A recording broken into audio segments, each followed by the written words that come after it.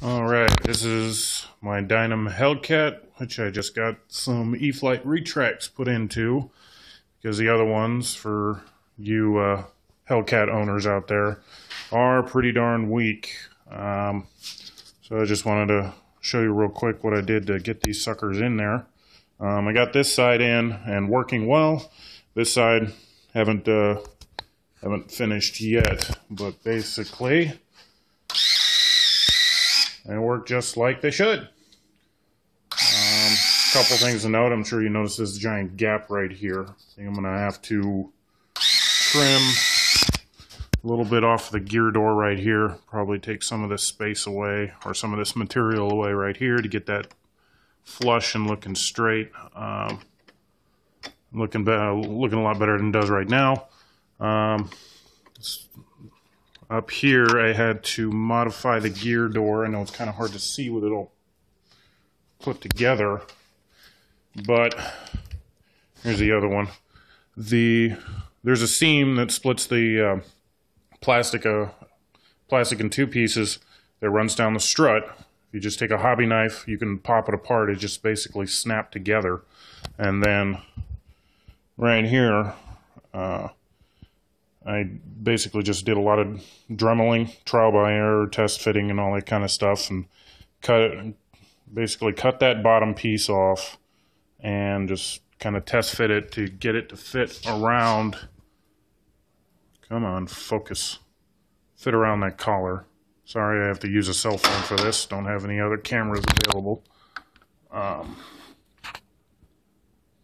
We get it to fit around this collar right here. That way it doesn't rotate too much. Tighten it down, and still got to do some finessing.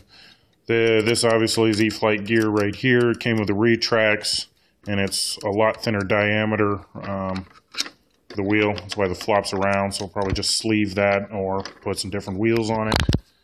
But I really wanted to reuse this gear door, since that's a pretty nifty scale part of it, and it's all Hellcat. So, but as you can see, I'm still got a little bit more dremeling and whatnot to do to get that to look a lot better.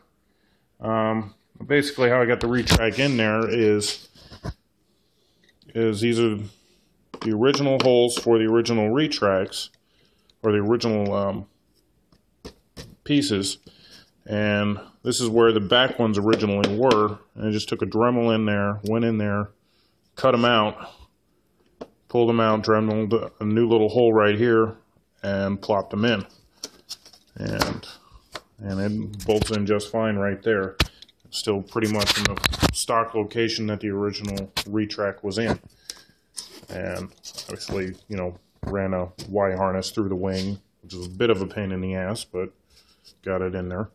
So, and then I just hot glued these in there, and I'll refill these holes with hot glue. As you can see right here, pretty damn ugly, but I could put some of this stick-on Monocoat over it, pretty it back up a little bit, or even just repaint it. But that's pretty much it. These work a lot quieter and a lot smoother than the original ones, and they don't bend when you look at them like the original ones did. A lot bigger strut, and they got this little curly in here, which helps absorb shock upon landing. So that's pretty much it, how I did it. Just a little bit of dremeling, and a little bit more to go, and that's how it works. So after I get this sucker in, we're replacing that with this, an appropriate size motor. So, but that'll be a different video for a different date. So thank you guys for watching. I hope this helps some of you out. And if you got any questions, comments, concerns, or whatever, polite critiques, send them my way. I don't mind at all. It's all for the joy of the hobby. All right, take it easy.